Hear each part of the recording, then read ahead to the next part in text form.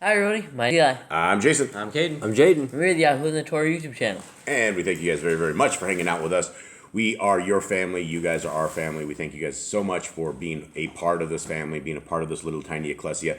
We are the people who what, Cade? I believe that the laws, statutes, and commandments are for all generations. They were never done away with, and that we are told to keep them. And we are told to use them as our daily life's guide. That we are told that they are blessings for us and not curses. And Jaden, who is Jesus the Christ? Well, we call him Yehoshua because Jesus was of a pagan origin. There were no J's in Hebrew. He was a Hebrew man, not a Greek man. So the closest thing he would have been, if he was Greek, would have been Izus. But he didn't hear that because he was Hebrew, so his name was Yehoshua, which is salvation. Right, and when we talk about, we're in the book of James, we've been talking about works for the last couple of days. Let's go over what works are exactly. Works are the Torah, doing the will of the Torah. That would be the works of it, helping someone across the road, doing something good for someone, giving them a gift. That is not works. That is just being a nice human. And the Christians say that works will not save you. Do we know if that is true, or do we? What does that mean? James says that if you don't have works, you have no faith. You can't show your faith if you don't have works. You can't show that you believe in Yahuwah. Yeah, and so unless you are keeping the laws, statutes, and commands of our Creator, there's no sign of obedience from you. It's just not a set and forget. It's just not our Father has built us and decided to give us a kingdom road, and we can walk however we want to walk. That's what the heathens do. That's what the Gentiles do. And we are not called to be Gentiles. There's no house of Gentile. Right? There's no house of Christian. There's no house of Mormon. There's no house of Catholic. There's a house of Yisrael and a house of Yahudah. Now we got to figure out where we're going to be in these houses, and we got to be there. But we will not be there if we take the laws, statutes, and commands and hang them on the cross and teach others that as well. That is very disturbing. Okay, gentlemen, we are into James 3. And the very first verse is something we should discuss. James 3:1. Not many of you should become teachers, my brothers, knowing that we shall receive greater judgment. Okay, and the top of the sefer says, my brethren, be not many masters, knowing that we shall receive the greater condemnation. Thoughts? Oh, I think teachers makes more sense between that one. Yeah, and so are we teachers? Everyone says, oh, your ministry is going to be failed, your ministry won't be blessed. I've never ever thought of this as a ministry, as in men ever think of it as a ministry. I wouldn't even say that we are teachers. We are a group, we're a family that's sitting around reading this. You know, when you see these so-called teachers on TV or these other teachers, they always tell you what to believe, how to believe. We just read the scriptures, and if people want to believe that way, that is their choice. And that is the amazing thing about free will, is that we all have a choice to seek our Creator where He is found, or to seek Hasatan where He is found. 2. For we all stumble in much. If anyone does not stumble in word, he is a perfect man, able to bridle the entire body. Anyone here perfect? No. Anyone here able to bridle your tongue?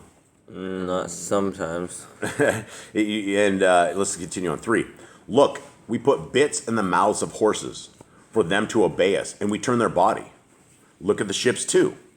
Although they are so big and are driven by strong winds, they are turned by a very small rudder wherever the pilot intends. So too, the tongue is a little member, yet boasts greatly. See how a little fire kindles a great forest. All right, let's talk about this, guys. Let's talk about this. This is something in our house that we have to always deal with, is brotherly love, or brotherly not so love. And it's something that I've had to learn to deal with because I was an only child, so I never ever had the sibling rivalry that the boys have, and I guess I don't understand from that. But guys, is the tongue the greatest weapon that you guys could wield? Yes. It has the power to destroy, and has the power to heal.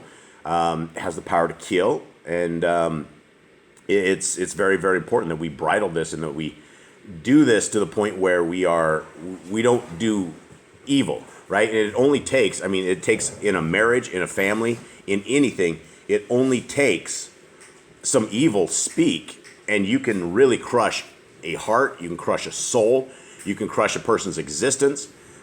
You can really, really hurt somebody simply by your words. Okay, let's go on. 6. And the tongue is a fire, the world of unrighteousness.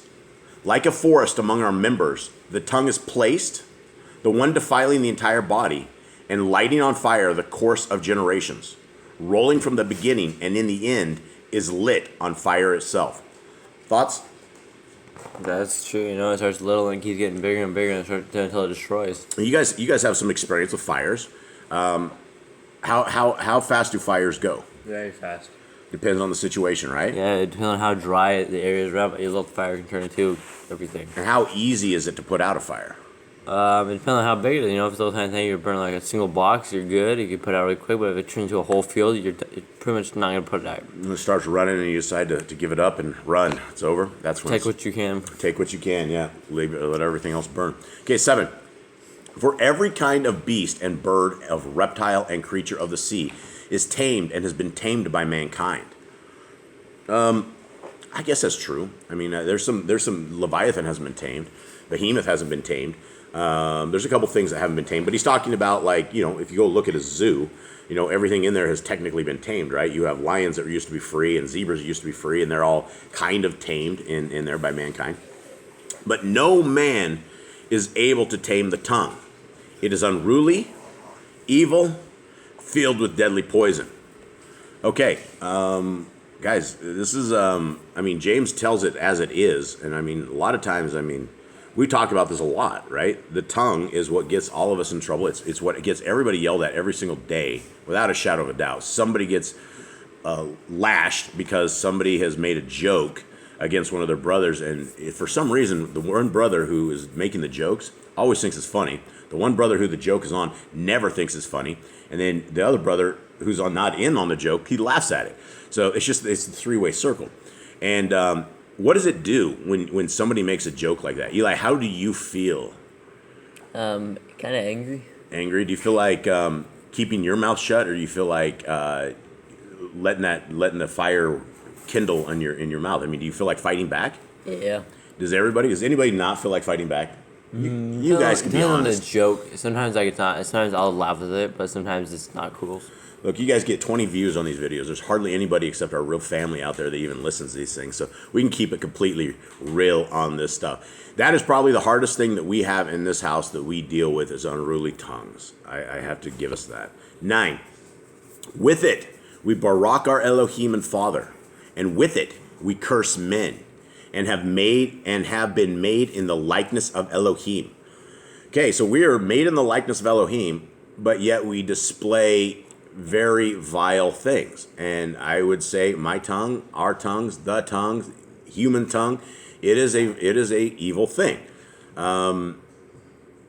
Anyone else have anything? I mean, we've made in the likeness of Elohim, but yet we use the same tongue to bless Yahuwah, and we use it to say evil. So it's like it's kind of we shouldn't be using that thing. yeah. And what does the Torah command about holding grudges and being evil to our brother? What do we know of in Torah that we should do? Forgive our brother. We should forgive our brother, absolutely, yep. And let's continue on. 10. Out of the same mouth proceed baraka and cursing. My brothers, this should not be so. So blessings and cursings are coming out of the tongue of a person who can't control it. 11. Does the fountain send forth the sweet and the bitter from the same opening? And that's a question for you guys. Guys, do you guys end up with streams that end up with sweet water and bitter water? No, but it's all the same. It's all not. the It's not same. good. It's not. It's like a tree. It's not gonna have good fruit and bad fruit at the same time. Yeah, and if you have a well that has like artesian water or it has like contaminants or something of the sort, that will you will taste it. It all comes out of the same opening. 12. My brothers, is a fig tree able to bear olives or a grapevine figs? So neither is a fountain to make salt and sweet water. Who is wise and understanding among you? Let him show by his good behavior his works in meekness and wisdom. So right out of the gate, James is talking about who is wise and understanding among us. And he says that you can show this by your good behavior and your works in meekness of wisdom.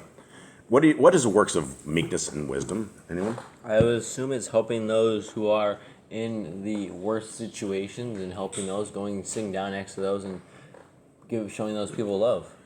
Yeah, works of meekness of wisdom. Yeah, and being meek is what the kingdom of heaven is like, and it's to They've given us an example of Messiah gives us an example of little children, the meekness and the humbleness, and that's who the people are that inherit the kingdom.